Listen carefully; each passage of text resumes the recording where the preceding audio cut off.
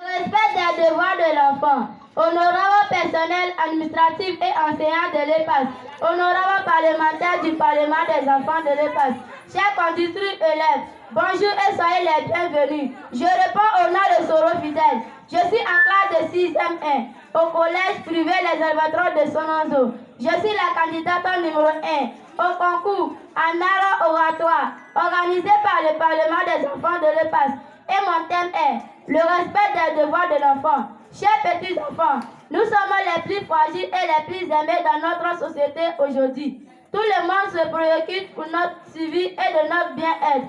Nous ne devons pas décourager celui ou celle qui nous aime et qui nous aide chaque jour à apprendre les nouvelles choses dans notre vie. Papa et maman ne cessent de se sacrifier pour que nous nous sentions à l'aise. Ils nous assurent une meilleure éducation pour que notre insertion sociale soit en harmonie. Adorables camarades élèves, respectons notre obligation envers nos parents, notre éducateur et envers tous les adultes de notre communauté. Ne soyez pas les enfants irrespectueux et têtus. Ne soyez pas les enfants paresseux et nerveux. Nous sommes l'avenir de notre pays et l'espoir de notre différentes familles. Respectons tout le monde comme il se doit et demandons pardon lorsque nous commettions une erreur, qu'elle soit grave ou pas. Je vous aime, que notre Seigneur veille sur tout le monde. Amen.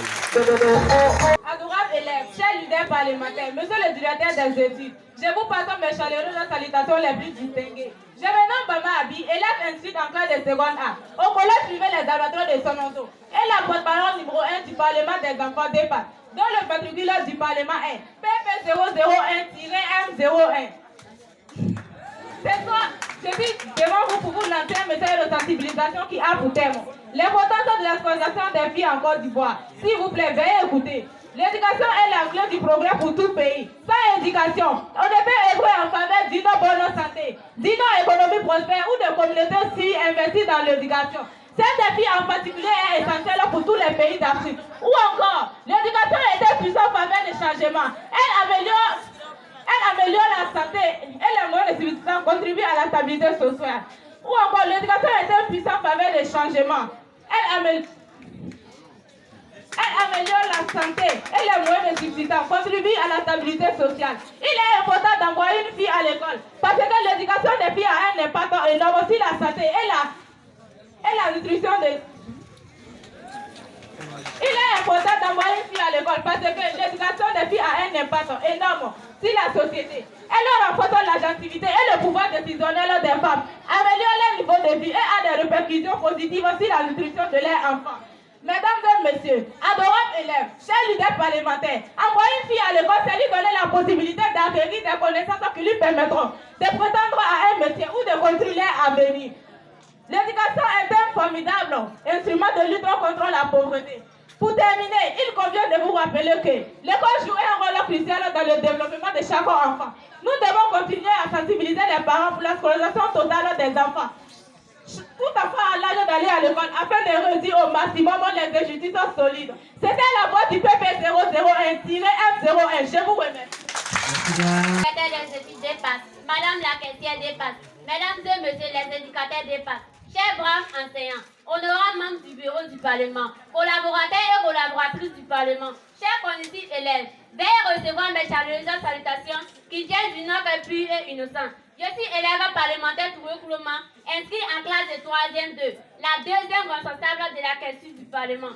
Je suis un enfant qui prendra la parole devant vous ce matin pour vous entretenir sur le thème de l'enfance. Mesdames et messieurs, chers camarades élèves, il m'arrive parfois de me demander si chaque être humain a une idée de l'enfance.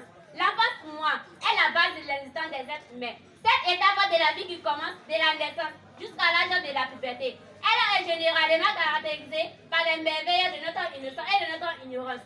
Pour vivre une enfance de bonheur, il faut avoir des bons parents qui seront de soutien et des guides pour toi, afin d'orienter l'enfant dans une avenue meilleure, sur une voie moins risquée pour son épanouissement et sa croissance harmonieuse. Je vous remercie.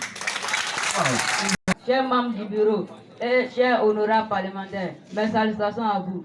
Je me nomme Canadé Bazmona, élève en classe de 3e 2, au collège privé Les Albatros de Sononzo, et en plus le porte-parole numéro 2 du Parlement des enfants d'EPAS. Si vous me voyez devant vous cet après-midi, c'est pour c'est juste pour vous lancer un message sous le thème de l'entrepreneuriat des élèves. Avant tout propos, j'aimerais définir l'entrepreneuriat. L'entrepreneuriat, c'est le fait de démarrer une activité dont on est soi-même l'initiateur. Et en plus de cela, nous avons les entreprises à but lucratif et les entreprises à but non lucratif. Les entreprises à but lucratif sont les entreprises qui cherchent à réaliser des bénéfices financiers. Et les entreprises à but non lucratif sont les entreprises qui ne cherchent pas à réaliser des profits ou des bénéfices financiers. Chers membres du bureau, chers honorables parlementaires, chers camarades élèves, nous devons faire attention. Cette activité ne doit pas nous empêcher d'étudier notre cours et de rester toujours meilleurs. Je vous remercie.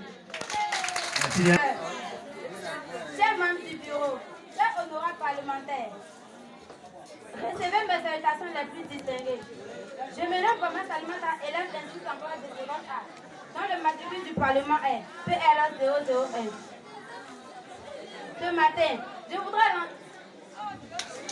soir, je voudrais lancer un message de sensibilisation sur le thème les grossesses à risque et l'embrasement prématuré des études. En effet, les grossesses à risque est une grossesse contractée avant 18 ans.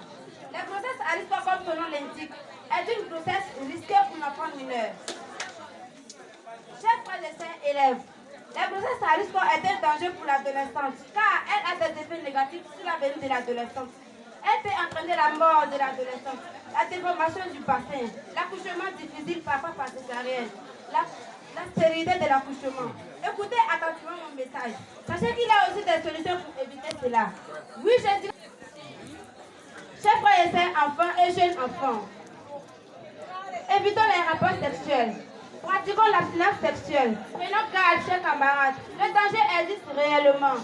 Méfions des jeunes garçons pubères et concentrons-nous sur nos études. Prenons conseil auprès de nos mères pour plus de sécurité. C'était la voix du PLA 001. Je vous remercie. Madame et Messieurs les éducateurs, Madame la caissière, chers professeurs, chers parents d'élèves, chers élèves, sans oublier les honorables membres du jury. Recevez mes salutations les plus distinguées. Je me présente Thiokolo Marie-Esther, élève inscrite en classe de 5e1. Je suis le PS010 au Parlement des enfants de Pâques.